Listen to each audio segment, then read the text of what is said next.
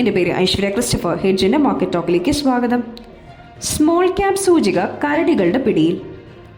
Nifty small cap 250 സൂചിക 52 ആഴ്ചത്തെ ഉയർന്ന വിലയിൽ നിന്നും 20% ഇടിഞ്ഞു.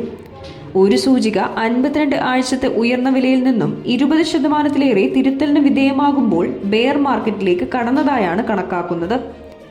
ഇന്ന് നിഫ്റ്റി സ്മോൾ ക്യാപ് 250 സൂചിക 3% വ്യാപാരത്തിനിടെ ഇടിഞ്ഞത്. ഇന്നലെ 3.7% ഇടിവ് രേഖപ്പെടുത്തിയിരുന്നു. സമ്പദ് വ്യവസ്ഥയിലെ മാന്ദ്യവും കമ്പനികളുടെ പ്രകടനത്തിലെ ദൗർബല്യവും കഴിഞ്ഞ ഏതാനും മാസങ്ങളായി ഓഹരി വിപണിയിലെ കനത്ത വിൽപ്പനാ സമ്മർദ്ദത്തിലേക്കാണ് നയിച്ചത്. സ്മോൾ മിഡ് ക്യാപ് ഓഹരികൾ വിൽപ്പനയുടെ ഒടുവിലത്തെ ഘട്ടത്തിൽ കരടികളുടെ കനത്ത പ്രഹരത്തിന് വിധേയമായി. സ്മോൾ ക്യാപ് ഓഹരികളിൽ മിക്കതും വളരെ ചെലവേറിയ നിലയിലാണെന്നത് വിൽപ്പനയ്ക്ക് ആക്കം കൂട്ടി. Anantraj limiteds, Kaynes technology India എന്നീ സ്മോൾ ക്യാപ് ഓഹരികൾ 20% വീതം ഇടിവാണ് ഇന്ന് നേരിട്ടത്. Apar industries, poly medicure, Netweb 361, Newgen software തുടങ്ങിയ ഓഹരികൾ 10% നഷ്ടം രേഖപ്പെടുത്തി. നിഫ്റ്റി 22,950 മുകളിൽ. ഓഹരി വിപണി ഇന്ന് മുന്നേറ്റം നടത്തി.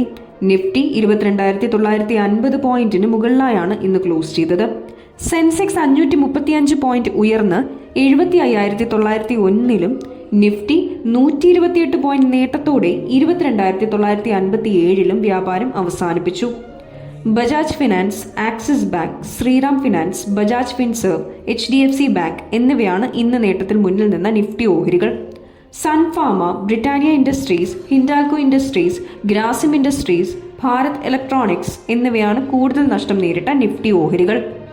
Nifty Bank, auto, real estate സൂചികകൾ 1% മുതൽ 2% വരെ ഉയർന്നപ്പോൾ IT, oil and gas, media, pharma സൂചികകൾ 0.5% മുതൽ 2% വരെ ഇടിഞ്ഞു. BSE മിഡ് ക്യാപ് സൂചിക 0.61%, സ്മോൾ ക്യാപ് സൂചിക 1.77% നഷ്ടത്തോടെ ക്ലോസ് ചെയ്തു.